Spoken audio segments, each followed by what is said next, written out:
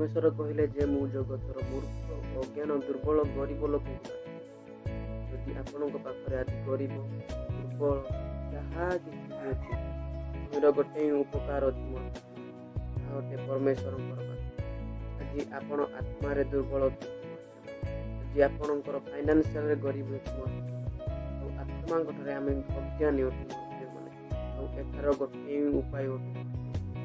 परमेश्वर जीवित वाक्य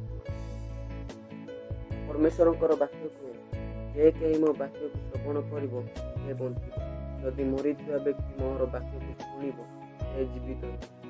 केवल कहे समस्त मरी विषय मोहर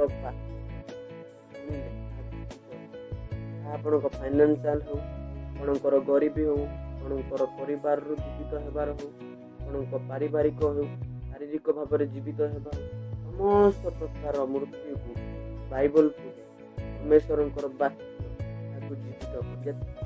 कर से वाक्य को मानती तहिरे चलती आपणकर जीवन में रखती तहिरे से वाक्य आपणकर जीवन में आपणकर फाइनान्शियल आपण परिवार आपणकर आत्मार से कार्य समस्त मोर मृत्युर विषय को जीवित कर